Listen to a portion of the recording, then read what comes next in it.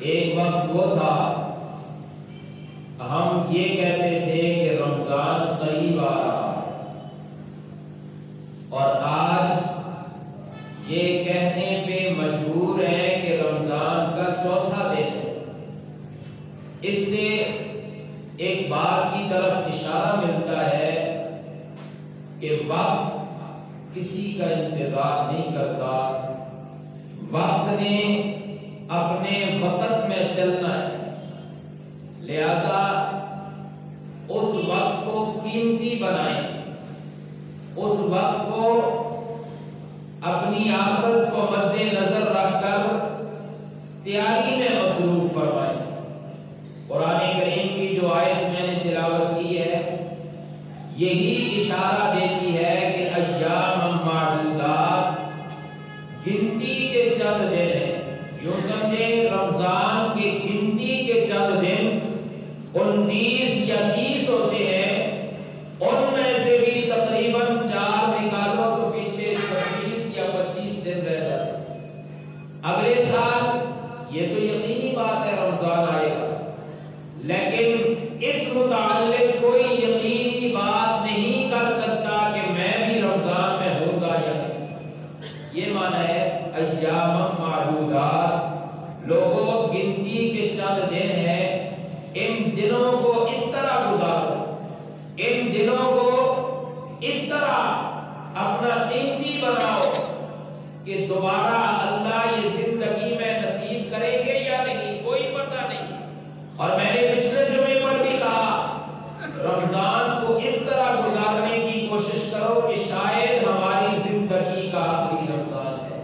جب یہ سوچیں گے تو یقیناً اپنے اللہ کو راضی کر لیں گے، اس پہ عمل کریں گے انشاءاللہ۔ میں آپ کے سامنے رمضان المبارک کے کچھ فضائل اور ساتھ ساتھ رمضان المبارک کے اندر نیکی کرنا، عام دنوں میں بھی ہم سجدہ کرتے ہیں، نیکی کرتے ہیں، عام دنوں کے اندر بھی ہم نوافل پڑھتے ہیں، رمضان کے اندر بھی پڑھتے ہیں۔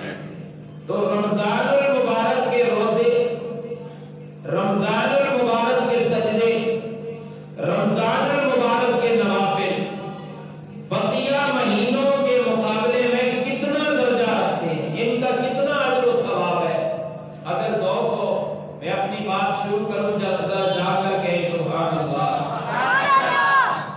ایک حدیث مبارکہ جو حضرت ابی سعید خدری رضی اللہ تعالیٰ عنہ سے منقول ہے، میں وہ آپ کے سامنے بیان کرتا ہوں، یقیناً آپ توجہ سے بیٹھیں گے، اگر توجہ ہوئی تو بات سمجھ آئے گی، تھوڑا سا ذہن ادھر ادھر کیا تو بات تشویش میں پڑ جائے گی۔ نبی پاک صلی اللہ علیہ وسلم کا فرمان گرامی ہے، میرے آقا کا فرمان کس نے سنا؟ میں اور آپ اس وقت نہیں تھے، میرے اور آپ کے آقا نبی پاک صاحب الاولاد صلی اللہ علیہ وسلم کے صحابہ سامنے موجود تھے۔ وہ کتنے عظمتوں والے صحابہ، کتنے نصیبوں والے صحابہ، کتنی بلندی اور مقام والے صحابہ، جنہوں نے صرف بات سنی ہی نہیں بلکہ سنتے سنتے میرے نبی کے چہرے کا دیدار بھی کیا ہے۔ میرے آقا فرماتے ہیں، حضرت ابی سعید خدری رضی اللہ تعالیٰ عنہ روایت کرتے، حضور پاک نے فرمایا، لوگوں رمضان کی جب پہلی رات ہوتی ہے، رمضان کا چاند نظر آتا ہے تو اللہ کریم آسمان اور جنت کے دروازوں کو کھول دیتے ہیں۔ اللہ فرماتے ہیں فرشتوں آسمانوں کے دروازوں کو کھولو، جنت کے سارے دروازوں کو کھولو۔ میں تصورات کی دنیا میں جا کر سوال کرتا ہوں، پروردگار باقی بھی 11 مہینے گزرتے ہیں، ہر مہینے کا چاند طلوع ہوتا ہے، کسی مہینے کے چاند طلوع ہونے پر آپ آسمان کے اور جنت کے دروازوں کا کھلنے کا حکم نہیں دیتے،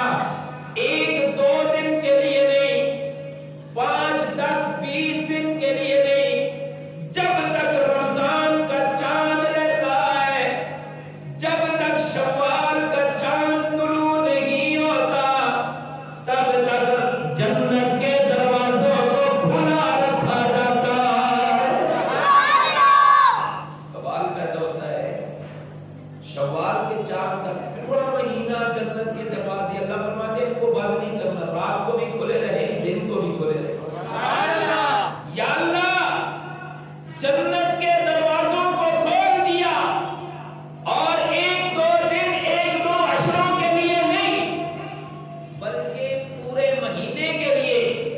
میرا تصور یہ کہتا ہے، میرا ذہن دل یہ کہتا ہے، ذوق ہو تو میں بات کروں، اللہ کریم نے پورا مہینہ کھول دیا دروازوں کو، شاید میرے نبی کی امت میں سے کوئی امتی بھی رمضان کی آخری رات کو میرے سامنے آ جائے، میں اللہ اس کے لیے بھی رحمت کی دریا بہا دوں گا۔ اللہ فرماتے ہیں میرے بندو آؤ، میرے پاس آؤ، مجھ سے معافی مانگو، میں اللہ تمہیں معاف کروں گا۔ میرے آقا علیہ الصلوۃ والسلام نے فرمایا جنت کے دروازے کھول دیے گئے، یا اللہ اس پورے مہینے میں یہ امت والے وہ لوگ صحابہ کرام رضوان اللہ تعالی علیہ مجمعین، وہ تو یقین جانے اتنے ایمان کے پختہ لوگ تھے، ایمان کے اتنے پختہ لوگ تھے کہ میرے رب نے ان کے ایمان کی قسمیں اٹھائی ہیں۔ میں اور آپ ہم تو 14ویں 15ویں صدی میں آئے ہیں، ان لوگوں کے ایمان کی کیا کہنے۔ اگر ذوق ہو تو بات آ گئی تو میں صحابہ کرام کے ایمان پہ ایک بات کر دوں تاکہ بات کھل کر سمجھ آئے۔ صحابہ کرام رضوان اللہ تعالی علیہ مجمعین، ان کا ایمان کیسا تھا؟ اللہ پاک قرآن کریم کے پہلے پارے میں الف لام میم سے شروع فرماتے ہیں، چلتے چلتے چلتے آگے ایک آیت آتی ہے، آگے اللہ نے الذین یؤمنون بالغیب سے صحابہ کی صفات کا ذکر کیا ہے، ہم یؤمنون تک صفات کا ذکر کر کے آگے اللہ ایک بات ارشاد فرماتے ہیں۔ وہ بات جب آپ سنیں گے آپ کو پتہ چلے گا کہ صحابہ کا ایمان کتنا کامل تھا، کتنا اعلیٰ درجے کا تھا۔ وہ صحابہ تو نیکی نیکی کیا کرتے تھے، اللہ نے میرے اور آپ کے لیے یہ دروازے کھولے۔ اللہ اکبر۔ اللہ اس آیت میں کیا فرماتے ہیں؟ اولئک علی ھدی من ربہم واولئک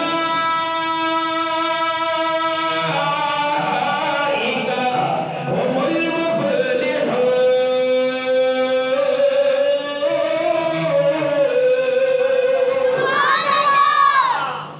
لفظ اعلی، آج کل تو قرآن کا ترجمہ، قرآن کی تفسیر، میری بات کو محسوس نہ کرنا، ہر ایرا کر رہا ہے اور وہ یہ سمجھتا ہے کہ میں کوئی مفسر قرآن بن گیا ہوں، وہ یہ سمجھتا ہے کہ میں کوئی شیخ القرآن بن گیا ہوں۔ ایسی بات نہیں ہے۔ قرآن کریم اللہ نے فصاحت و بلاغت والی کتاب بنا کر بھیجا ہے، اور ایسا فصیح و بلیغ اللہ نے عرب کو چیلنج کیا، پورے عرب کو۔ آج تو ہم عجمی لوگ بھی بڑے فخر سے کہ ہم شیخ القرآن ہیں، ہم مفسر قرآن ہیں۔ شیخ القرآن بننا کوئی خالہ جی کا کار نہیں۔ سبحان اللہ، سبحان اللہ۔ اللہ نے عرب کے اس زمانے کے فصیح و بلیغ لوگ، ان کو چیلنج فرمایا، لاؤ اس قرآن جیسے عربی بنا کر۔ زمانہ گواہ ہے، تاریخ گواہ ہے، آج تک اس قرآن کے مقابلے میں کوئی آیت نہ بنا سکا۔ قرآن بڑی معجز کتاب ہے۔ خیر، میں جو بات کرنا چاہتا ہوں، قرآن کا ایک ایک لفظ، قرآن کا ایک ایک حرف اللہ نے بڑا ہی فصیح و بلیغ بنایا ہے۔ ہم تو پڑھ دیتے ہیں اولئک علی ھدی من ربہم، یہی لوگ ہیں جو اپنے رب کی طرف سے ہدایت پر ہیں، واولئک هم المفلحون، اور یہی لوگ ہیں جو کامیاب ہیں۔ سبحان اللہ، یہی ترجمہ ہے نا، لیکن اس کے اندر کی بات آپ کو بتاتا ہوں۔ لفظ اعلی ذوق ہے، جا کے آپ کو سبحان اللہ، سبحان اللہ۔ لفظ اعلی تعلیہ کے لیے آتا ہے، جیسا کہ عربی میں کہا جاتا ہے جاء زید راکب علی الحمار،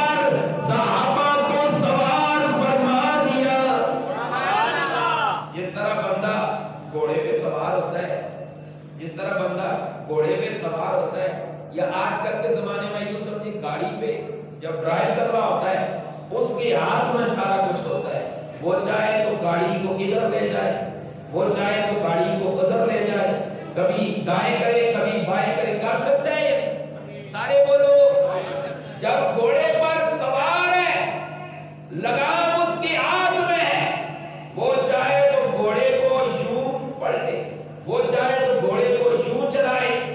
اللہ فرماتے ہیں اس ہدایت کو میں نے بمثل سواری بنا کر صحابہ کے اوپر سوار کر کے دین کی لگام صحابہ کے ہاتھوں میں دے دی ہے، اور فرما دیا میرے نبی کے صحابہ جہاں بھی تم جاؤ گے ہدایت تمہارے قدم چومے۔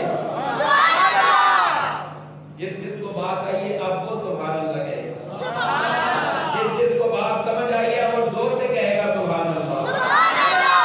پتہ چلا ہدایت اللہ نے صحابہ کے ہاتھوں میں دے دی، ہدایت کی لگام کہ جہاں مرضی ہے تم لے جاؤ، اگر ناراض نہ ہو تو پھر ایک گل کرا جا کے آپ کو سبحان اللہ۔ اب اس ہدایت کو ہم نماز میں کیا کہتے ہیں؟ اہدنا الصراط المستقیم، اللہ سیدھا رستہ دکھا دے، ہدایت دکھا دے۔ نماز میں مانتی اہدنا ہدایت دے دے، اور عمل اصل مسیحی میں بھی ہدایت تو ہٹ کے اب مجھے بتاؤ نا کہاں جاتا ہے؟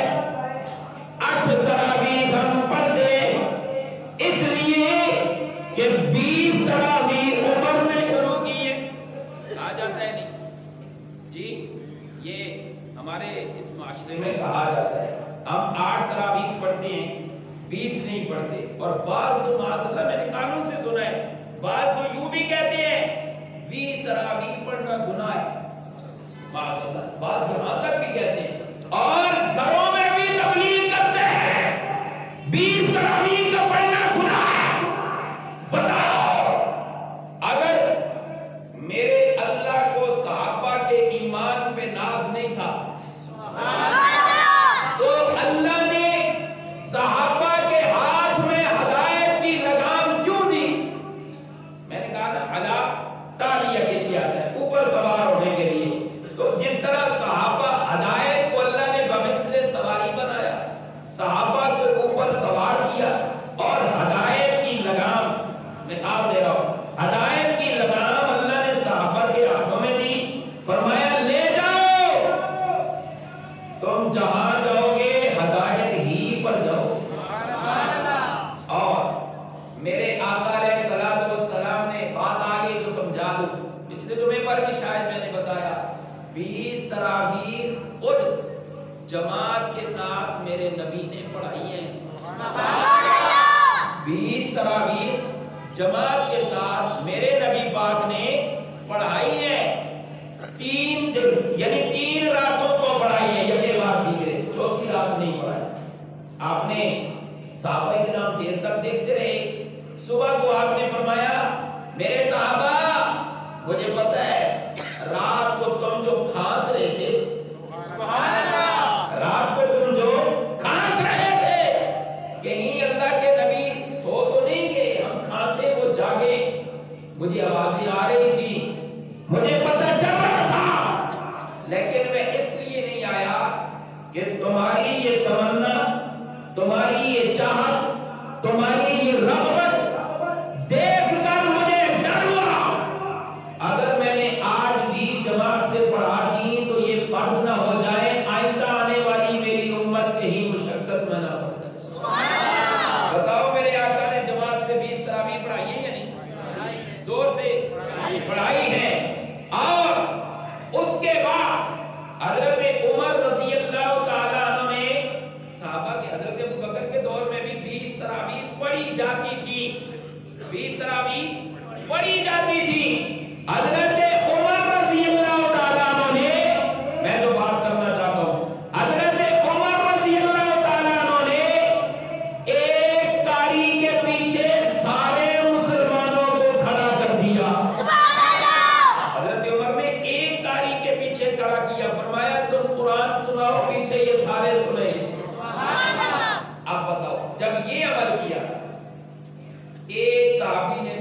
اختلاف نہیں کیا، سارے صحابہ اس پہ متفق ہو گئے۔ اب ادلہ شرعیہ کتنے ہیں؟ چار۔ کتنے ہیں؟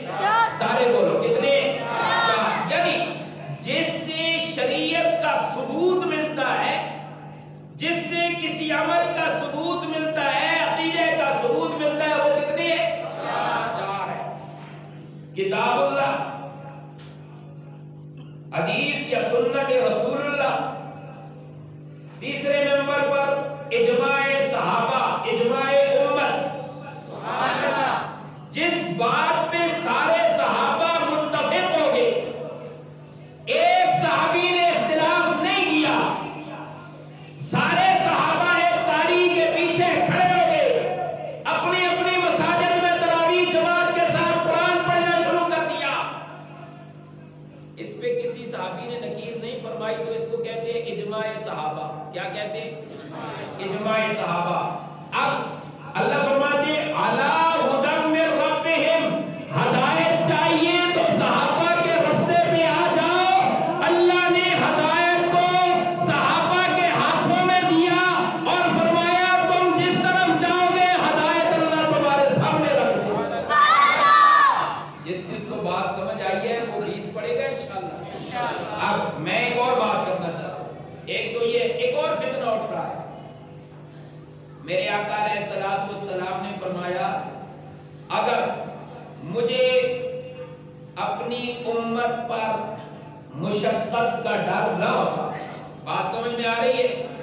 مجھے اپنی امت پر مشقت کا ڈر نہ ہوتا تو میں وتر کی نماز کو آخری پہر یعنی تہجد کے بعد ضروری قرار دے، اور آپ نے افضل وقت، مستحب وقت وتر کا تہجد کی نماز کے بعد بتایا۔ یہ بات جس کو سمجھ آئی ہے وہ جاگ کر کہے سبحان اللہ۔ سبحان اللہ۔ لیکن یہ بات اس میں رمضان کا کوئی تذکرہ نہیں، اس میں رمضان کا، سارے بولو اس میں رمضان کا کوئی تذکرہ نہیں۔ اب اجماع امت، اجماع صحابہ ادلہ شرعیہ کی ایک دلیل ہے۔ صحابہ کرام حضرت عمر رضی اللہ تعالی عنہ نے جہاں 20 تراویح یعنی ایک قاری کے پیچھے لوگوں کو کھڑا کیا، وہاں حضرت عمر رضی اللہ تعالی عنہ نے وتر کی نماز رمضان میں جماعت کروائی ہے، اشارہ کر دیا کہ یہ بھی میرے نبی کی سنت ہے۔ سبحان اللہ۔ اب رمضان میں بعض دفعہ ایسا ہوتا ہے جو ہی تراویح ختم ہوتی ہیں بعض لوگ نکل جاتے ہیں، کہتے ہیں جی یہ تہجد کے وقت پڑھیں گے۔ بتاؤ نبی پاک کے صحابہ سے تم زیادہ جانتے ہو، حضرت عمر سے شریعت کو زیادہ جانتے ہو، وہ عمر جو زبان سے بولتا فرشوں پہ ہے، اللہ قرآن عرشوں سے نازل کرتا ہے۔ سبحان اللہ۔ اس عمر کے بارے میں میرے آقا نے فرمایا میرے باپ اگر کوئی نبی ہوتا تو وہ عمر ہوتا۔ اس عمر رضی اللہ تعالیٰ، بتاؤ میں اور آپ زیادہ جانتے ہیں یا وہ جانتے ہیں؟ زور سے بولو، وہ جانتے ہیں۔ تو پتہ چلا صحابہ اولئک علی ھدی من ربہم، ہدایت کو سواری بنایا، صحابہ کو اوپر سوار بنا کے فرمایا کہ میرے نبی کے صحابہ تم جہاں لے جاؤ ہدایت تمہارے قدم چومے گی۔ سبحان اللہ۔ بات کہاں سے چلی؟ ایمان سے۔ میں اور آپ، ہمارا ایمان اس درجے کا نہیں ہے، وہ صحابہ کا ایمان تھا جن کے ایمان پہ میرے اللہ نے فرمایا فَإِنْ آمَنُوا بِمِثْلِ مَا آمَنْتُمْ بِهِ فَقَدِ اهْتَدَوْا۔ اے مشرکین مکہ، اے یہود و نصارہ، اگر ایمان لانا چاہتے ہو تو ایمان اس طرح لانا پڑے گا جس طرح میرے نبی کے صحابہ ایمان لائے ہیں، تب ہدایت پہ آؤ۔ سبحان اللہ۔ اگر مشرکین مکہ، یہود و نصارہ، دنیا کفر کے ہر فرد کو یہ خطاب ہے تو بتاؤ ہم مسلمان ہو کر صحابہ کے رستے سے ہٹیں گے تو ہمارا ایمان کامل رہے گا؟ جی، لہذا صحابہ کرام معیار حق ہے،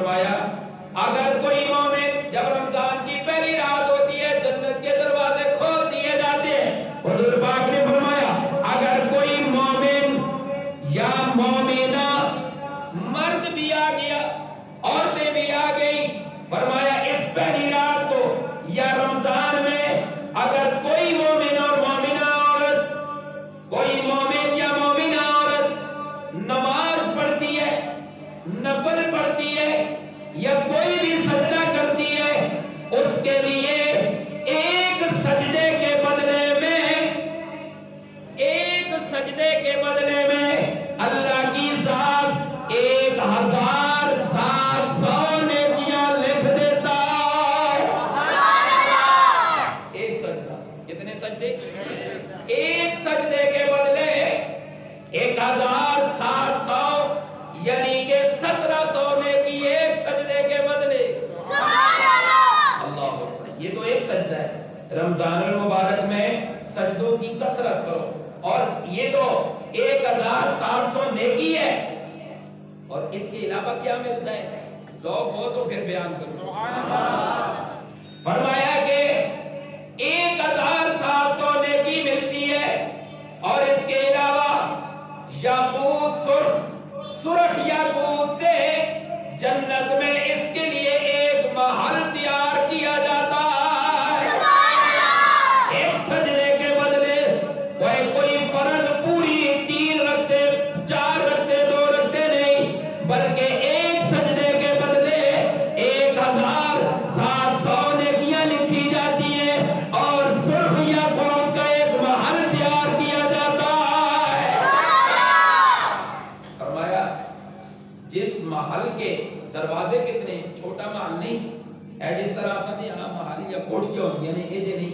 فرمایا محل ایسا ہوگا جس کے 70,000 دروازے ہوں گے۔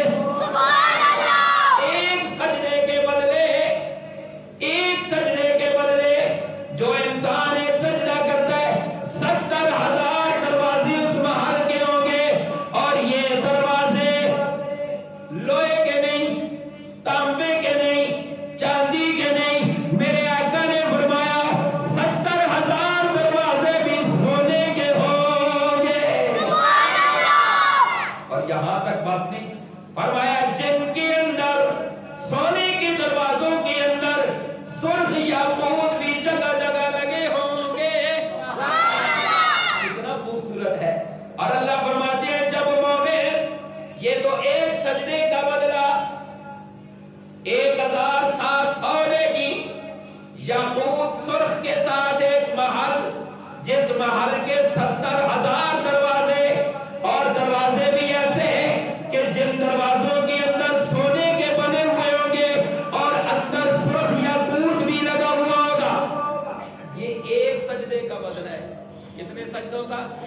ایک سجدے کا۔ اسی لیے فرمایا نا کہ فرضوں کے برابر ثواب دیا جاتا ہے۔ رمضان میں نوافل کی کثرت کرو، رمضان میں سجدوں کی کثرت کرو گے انشاءاللہ۔ میرے آقا نے فرمایا جب مومن پہلا روزہ رکھتا ہے، رمضان کا پہلا روزہ رکھتا ہے، تو رمضان کے اخیر تک اللہ اس کے ایک روزے کے بدلے سارے گناہ معاف کر دیتا ہے۔ کوئی روزہ ایک رکھے تے گناہ پورے مہینے دے معاف۔ جس نے 30 روزے رکھے ہیں اس کی شان کی کیا کہنے۔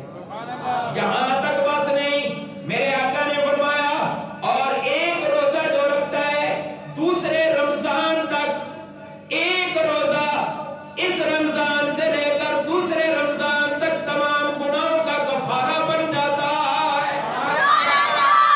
اور ساتھ فرمایا ہر روزے کے بدلے، اس کے بعد جتنے روزے رکھے گا ہر روزے کے بدلے سونے کا ایک محل تیار ہو۔ پہلے روزے کی فضیلت اور پھر آگے ہر روزے کے بدلے سونے کا ایک محل تیار ہوتا ہے، جس کے 1000 دروازے ہوتے ہیں، اور دروازے بھی ایسے ہیں، اور اس روزہ رکھنے والے کے لیے صبح سے لے کر شام تک 70,000 فرشتے دعائیں مغفرت کرتے رہتے ہیں۔ رمضان کا مہینہ بڑی برکتوں والا، رمضان کا مہینہ بڑی مغفرتوں والا۔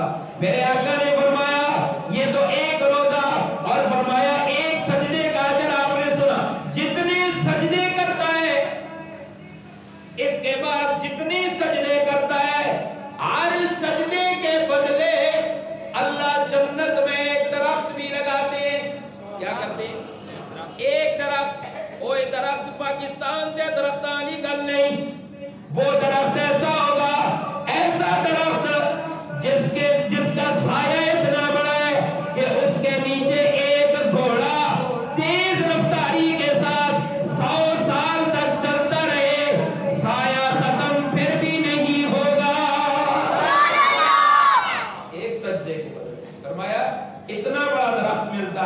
لہذا سجدوں کی کثرت کی جائے، سجدوں کی کثرت کی جائے، نوافل کی کثرت کی جائے۔ رمضان کا مہینہ ایام معدودہ، گنتی کے چند دن، یہ دن دوبارہ آئیں گے، پتہ نہیں ہم ہوں گے یا نہیں، لہذا چند دن ہے، انہیں غنیمت جان کر عمل کریں گے انشاءاللہ۔ جو جو ارادہ رکھتے ہیں ذرا جاگ کر کہیں سبحان اللہ۔ میرے آقا علیہ الصلوۃ والسلام کا ایک اور فرمان ہے گرامی، فرمایا جب رمضان کی پہلی رات ہوتی ہے، چاند نظر آتا ہے، اللہ اپنے بندوں کی طرف نظر کرتے، مسلمانوں کی طرف نظر کرتے، اور جس کی طرف اللہ نظر کر لے پھر اللہ اسے عذاب نہیں دیتا۔ یوں سمجھے جس پہ اللہ کی نظر ہے، جس کو اللہ نے پسند کیا ہے، اسے اپنے گھر میں بلا دے۔ اس پہ عمل کریں گے انشاءاللہ، ذرا جا کر کہیں سبحان اللہ۔ السلام کی ایک اور حدیث مبارکہ، میرے نبی پاک علیہ السلام نے فرمایا، حضرت ابی مسعود غفاری رضی اللہ تعالیٰ عنہ سے روایت ہے، اگر کوئی بندہ رمضان کے اندر مہینے کے روزے رکھتا ہے، ہر روزے کے بدلے اسے، ہر روزے کے بدلے اس کو اللہ حور کے ساتھ اس کا نکاح فرماتے ہیں۔ جنت کے اندر ایک حور ہوتی ہے، اس حور کے ساتھ اللہ ایک روزے کے بدلے اس کا نکاح فرماتے ہیں۔ اور جب حور بھی کیسی، حدیث مبارکہ کا مفہوم، جو حور ہمارے گھروں کی طرح گھر میں رہنے والی نہیں، اور کسی محل تے کوٹھی میں رہنے والی نہیں، بلکہ موتیوں کے محلوں کے پیچھے پوشیدہ ہوگی۔ سبحان اللہ۔ جو موتیوں کے محلات ہوتے ہیں، موتیوں کے، اس کے پیچھے جو عورت یا جو حور رہے گی وہ خود کتنی خوبصورت ہو۔ سبحان اللہ۔ یہ ایک روزے کا، اور یہاں تک بس نہیں، میرے اللہ نے فرمایا وہ اب حور بھی ایسی ہوگی، موتیوں کے پیچھے پوشیدہ ہوگی، اور اس کو جنتی 70 لباس پہنے ہوئے ہوں گے۔ سبحان اللہ۔ 70 لباس، جو ایک روزہ رکھتے ہیں اس کا صلہ، اس حور کے ساتھ نکاح کیا جائے گا کہ جس حور کے جسم پر 70 جوڑے پہنے ہوں گے، اور میرے آقا نے فرمایا ہر جوڑے اور لباس کا رنگ ایک دوسرے سے جدا ہوگا۔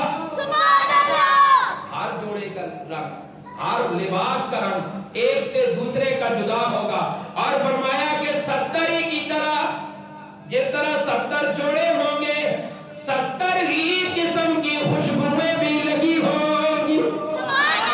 ایک روزے کا عدد۔ آج ہم، یہ تو سردیوں کے روزے، ان میں تو کوئی اتنا بڑا مسئلہ نہیں، گرمیوں کے روزے، صحابہ کرام، حضرت علی المرتضیٰ سب کہتے ہیں رضی اللہ تعالیٰ، آپ فرماتے ہیں مجھے گرمیوں کے روزے بھی پسند ہیں، اور گرمیوں کے روزوں میں اللہ کے دشمن کے ساتھ تلوار اٹھا کے میں جہاد کروں، یہ مجھے سب سے زیادہ پسند ہے۔ وہ اللہ والے لوگ ہیں، وہ ایمان والے لوگ ہیں۔ تو فرمایا جو ایک روزہ رکھتا ہے، 70 ہی طرح کی خوشبوئیں بھی لگی ہوں گی، اور ایک دوسرے سے خوشبوئیں بھی جدا ہوں گی، اور فرمایا کہ ان حوروں کے لیے یاقوت کے 70 تخت بچھے ہوئے ہوں گے۔ کتنے تخت؟ 70 تخت بچھے ہوں گے، اور ایک تخت پر 70 طرح کے بچھونے، ایک قسم کا بچھونا نہیں، 70 طرح کے بچھونے لگے ہوں گے، اور جو اس کے لیے اس حور کے سامنے کام کاج کرنے والے خدمتگار ہوں گے۔ میرے آقا نے فرمایا 70,000 خدمتگار اس عورت کے سامنے ہوں گے۔ سبحان اللہ۔ اب یہ جو ایک روزہ رکھتا ہے، ایک روزہ، اس ایک روزہ رکھنے والے کا نکاح اللہ اس حور سے فرمائیں گے، اور اس روزے دار کے لیے بھی 70,000 خدمتگار وہاں جنت میں پیدا کیے جائیں۔ اتنی بڑی خدمت ہے، کتنا بڑا اللہ اس کے لیے اہتمام فرما رہے ہیں۔ میرے آقا نے فرمایا اور ہر خدمتگار، ہر وہاں پہ خدمت کرنے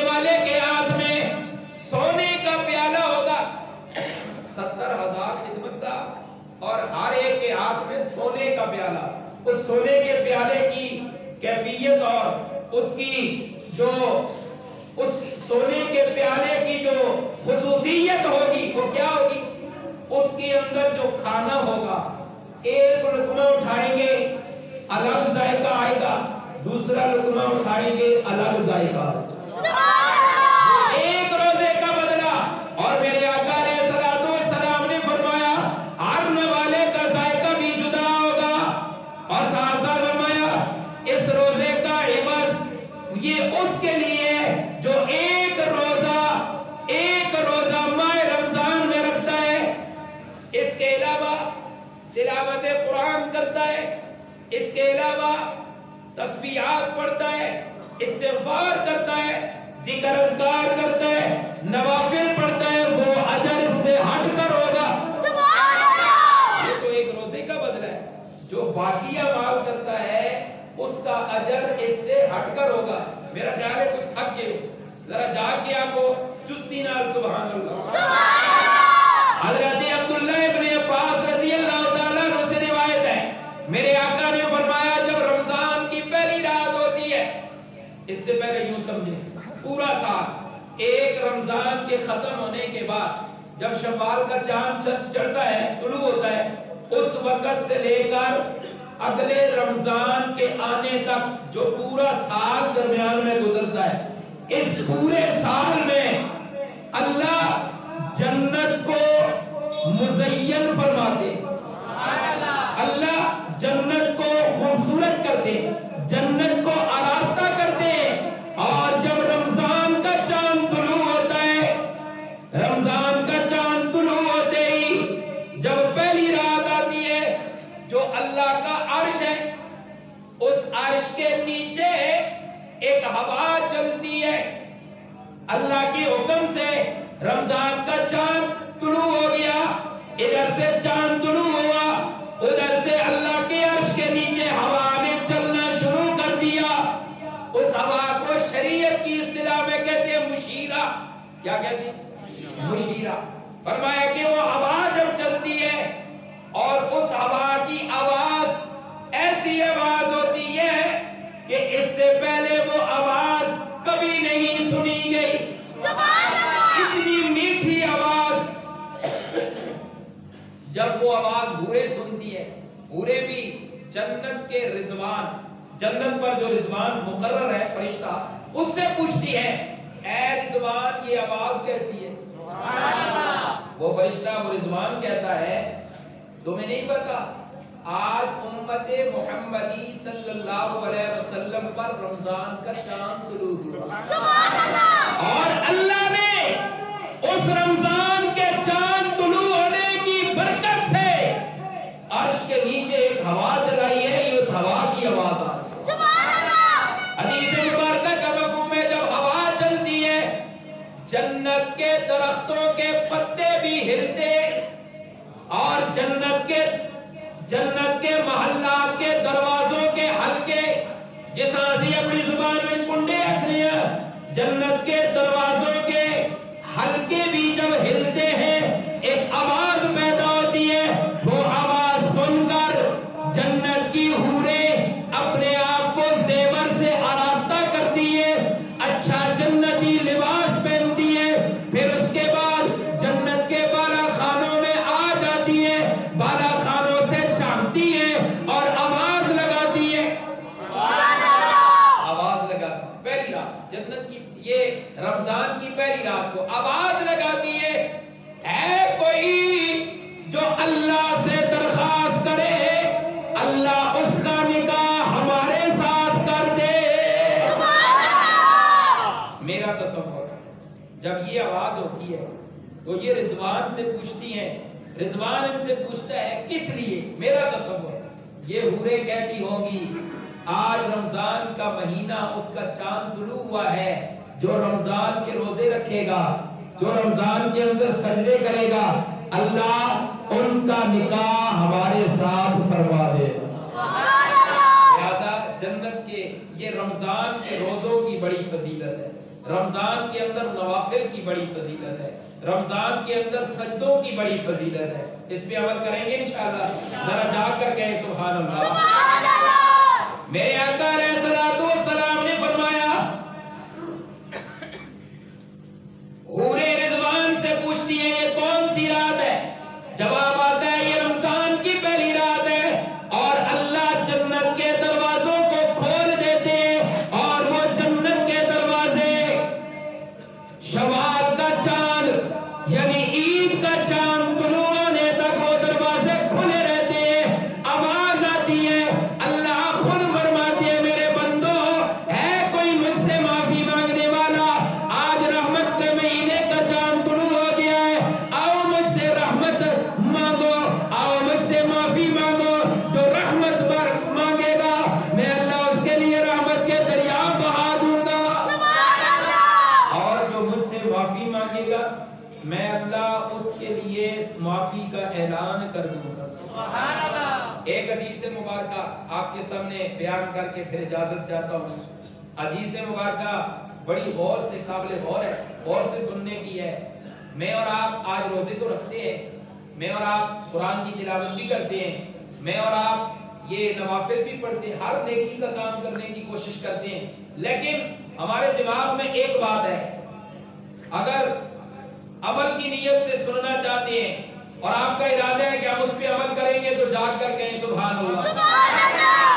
رمضان کا جب چاند طلوع ہوتا ہے، رمضان کا چاند جب طلوع ہوتا ہے، میرے ذہن میں بھی ہوتا ہے، آپ کے ذہن میں بھی ہوتا ہے، میں عمومی بات کر رہا ہوں، کسی خاص کی بات نہیں کر رہا. ہم یہ کہتے ہیں برکتوں والا مہینہ ہے، بس جی اس مہینے میں صبح کھانے ہیں تو پھر شامی کھانے. رمضان کھانے کا مہینہ نہیں ہے، رمضان کھانے کا مہینہ، سارے بولو رمضان کھانے کا مہینہ نہیں ہے. پھر زبان پہ ایک اور بات بھی ہوتی ہے، بس یہ مہینہ ایسا ہے نا کہ اس مہینے میں ہر بندے کی اپنی ترتیب اپنے وقت پہ ہوتی ہے، ہر کام وقت پہ ہوتا ہے، یہ ہوتا ہے وہ ہوتا ہے. نہیں، رمضان اللہ کا مہینہ ہے، رمضان اللہ کی طرف سے رحمتوں والا مہینہ ہے. اب ایک حدیث مبارکہ کا مفہوم ہے کہ جب رمضان آ جائے، مزدور طبقہ جو مزدوری کرتا ہے، مالک کو چاہیے کہ مزدور سے کام کم کر دے، مزدور سے کام کم لے اور اس کو اجرت پوری دے. رمضان کے اندر ہر ایک کے لیے تھوڑی سی سہولت دو، سہولت بخشو. اور ہمارے یہاں کیا ہوتا ہے، سب سے پہلے اسی جڑے مسلمان ہیں ایک پٹھی چھری اسی آخری جڑے کٹ کے لیں، چاہے وہ فروٹ ہو، چاہے وہ دکاندار ہو، چاہے وہ کوئی طبقہ بھی ہے، رمضان کا مہینہ آنے پر ہم یہ کام کرتے ہیں. بتاؤ روزے رکھنے کا کوئی فائدہ ہے؟ اور ہم یہ کوشش کرتے ہیں. اب میں ایک مثال دیتا ہوں، اگر آپ کا ذوق ہو تو جاگ کر کہیں سبحان اللہ.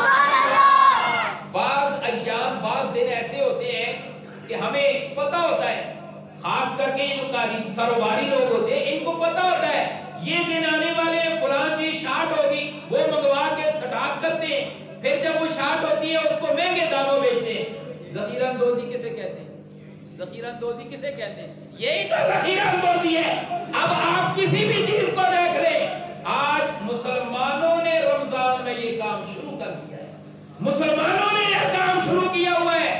میرے آقا علیہ السلام کی ایک حدیث مبارکہ سنیں جس کے لیے میں نے یہ بات کی ہے، جا کر کہے سبحان اللہ. میرے آقا نے فرمایا، اچھا جو امیر لوگ ہوتے ہیں وہ تو خرید لیتے ہیں، جو غریب لوگ ہوتے ہیں وہ کیا کریں گے؟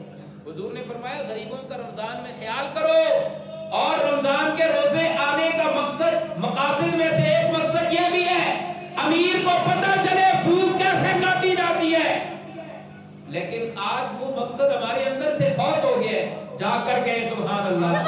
میرے آقا نے فرمایا جو رمضان کے اندر کسی کو سیر کر کے کھانا کھلاتا ہے، رمضان کے اندر کسی روزے دار کو افطاری کے وقت سیر کر کے کھانا کھلایا، سیر کر کے سمجھتے ہیں اس کو افطاری بھی دی پھر کھانا بھی دیا کہ یہ پیٹ بھر کر کھا لے، کسی ایک کو کھانا کھلایا، کتنا بڑا اجر ہے. میرے آقا نے فرمایا قیامت کا دن ہوگا، میرا حوض کوثر بھی موجود ہوگا، میں بھی موجود ہوگا.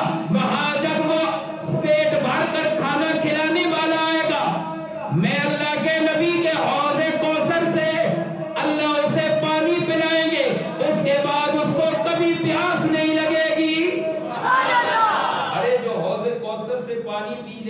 کا بیڑا تو پار ہو جائے گا۔ یہ کس کے لیے فضیلت ہے؟ جو کسی کا روزہ افطار کروائے اور اس کو پھر پیٹ بھر کر کھانا کھلائے۔ آپ کیا کرتے ہیں؟ غریبوں کا پیٹ کاٹ رہے ہیں، غریب آدمی اب وہ کیا کرے گا؟ خدا کی قسم میں نے خود اپنے کانوں سے سنا ہے، ایسے ایسے لوگ بھی دنیا میں موجود ہیں، اور دنیا تو چھوڑو ہمارے اس علاقے میں موجود ہے، رمضان کا روزہ افطار کرتے وقت وہ نمک سے روزہ افطار کرتے ہیں۔ مجھے اور آپ کو نہیں پوچھا جائے گا، ہماری دولت سے یہ سوال نہیں ہوگا، ہم ادھر بیگ میں رس رکھتے ہیں اور ہر چیز اپنے گھر میں تو لے کر جاتے ہیں، 5 10 15 ایٹم ہمارے دسترخوان پہ لگے ہوتے ہیں، لیکن غریب نمک سے روزہ افطار کرے، اس کا ذمہ دار کون ہے؟ یہ کون کو اس کا جواب دے گا؟ یہ اس کا ذمہ دار کون ہوگا؟ آج ہم نے ذخیرہ اندوزی کی، آج ہم نے زکات نکالنی چھوڑی، صدقہ خیرات نکالنا چھوڑا، ہمارے اوپر یہ حالات بنے، اس پہ عمل کریں گے انشاءاللہ۔ میرے ساتھ ذرا مل کر کلمے کا ورد کرنے ذوق اور شوق کے ساتھ مل کر پڑھیے لا